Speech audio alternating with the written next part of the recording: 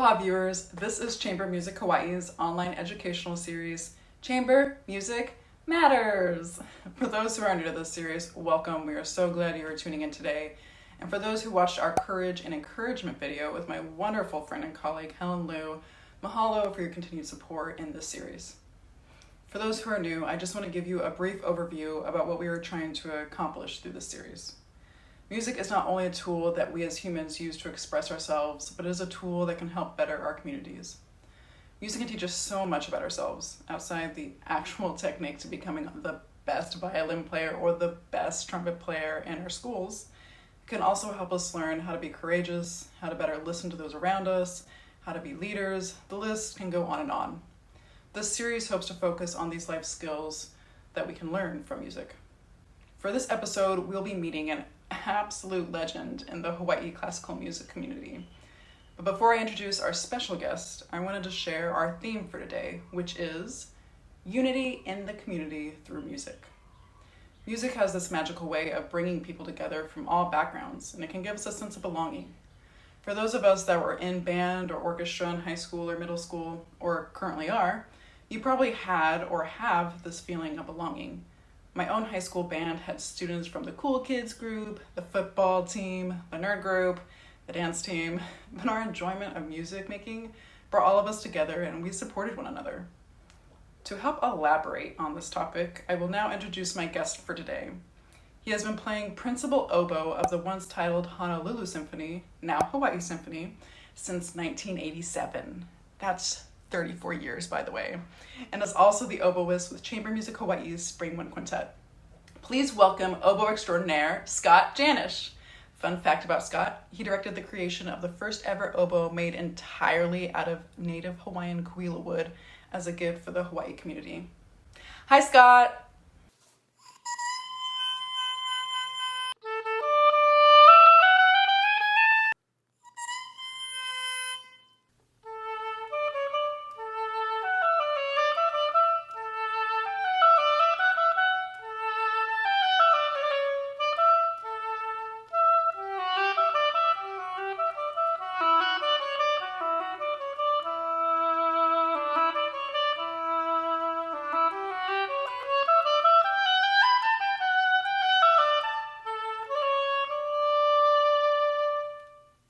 Hi, Jamie. Glad to be with you today. Angelic sound as always, Scott. For those viewers that have never tried making a sound on a double reed instrument, which is vibrating two little pieces of cane together, it's insanely hard to sound as good as what Scott just demonstrated for us. Scott, would you mind telling our viewers what piece you just played and why you chose to play it? The piece that I just played for you was written by Johann Sebastian Bach. It was part of what's called a cantata, which is a collection of songs. And this particular cantata was subtitled the Wedding Cantata.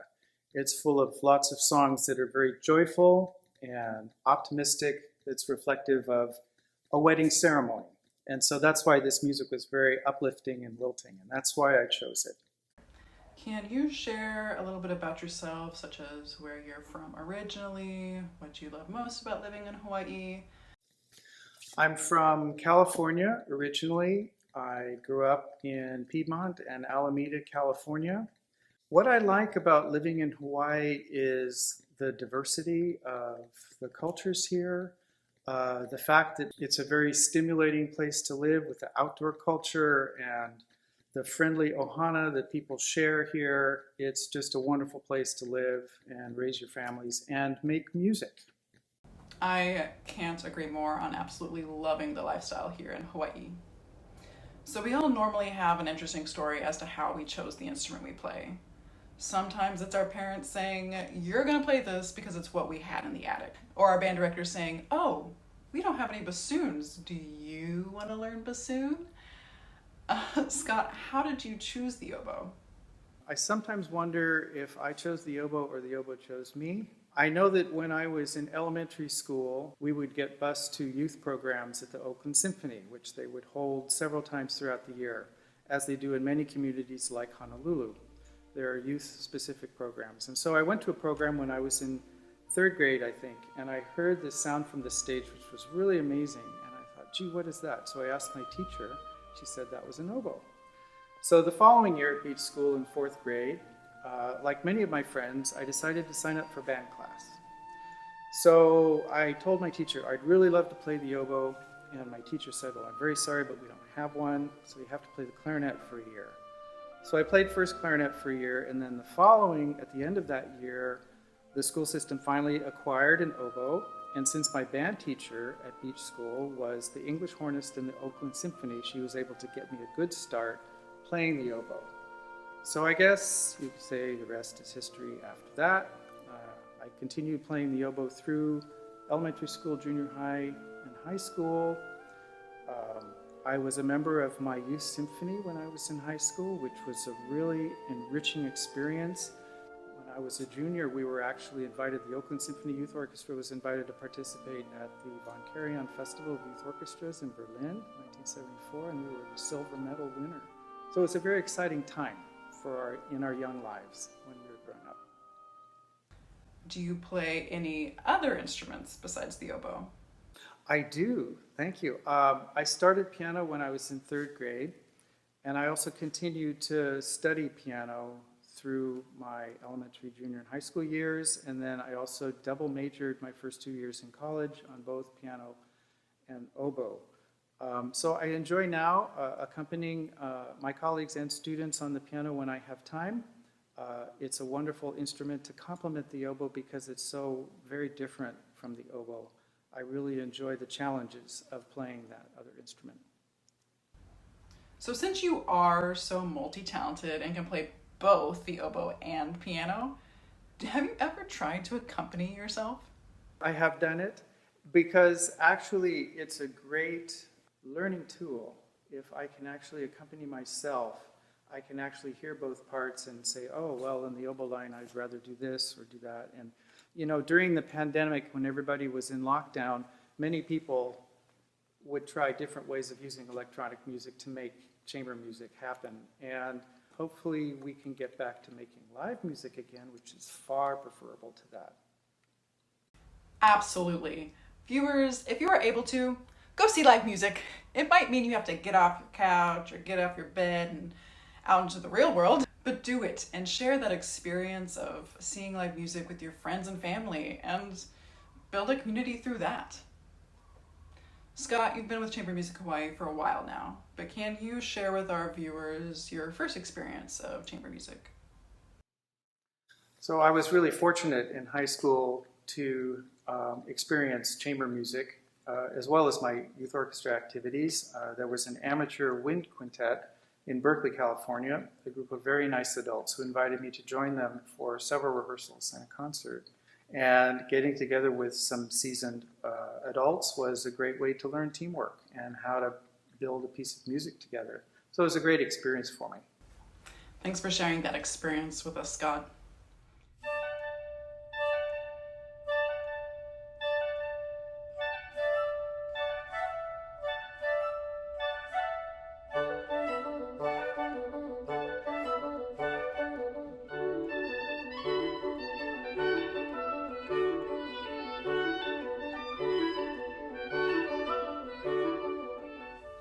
As a musician, how have you stayed active in our community, other than the normal concert performance setting? Many of us are involved in church activities, social organizations, where our music can bring joy to the service. I would say another way that we can engage is bringing music to the people where they are. For example, outreach work at libraries and senior centers and hospitals all around the state. This is also very important work to engage the community and bring joy, especially during these times, to people around the state. So I think that's a pretty critical part of what we do and what we offer the community and how we engage with them. For the music students that might be watching, your music making is actually really vital to our community. Not only is a concert an event that brings all types of people together, but it engages the community, as Scott just said, and can bring joy to those in hospitals, retirement homes, can perform at libraries and help bring people together. Scott, can you speak to some specific projects that you've done recently that engage our community? One of them was a fundraising concert I did with my very talented oboe section in the symphony. So we scheduled a program where we could share a recital of oboe trios and solo music. We featured a very dynamic young pianist, Alpen Hong, as a collaborator, artistic collaborator with us.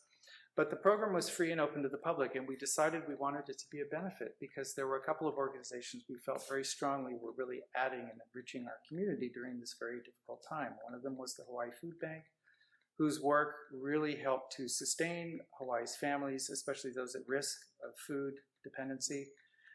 The other organization was the Hawaii People's Fund, which is an organization that supports a wide variety of projects.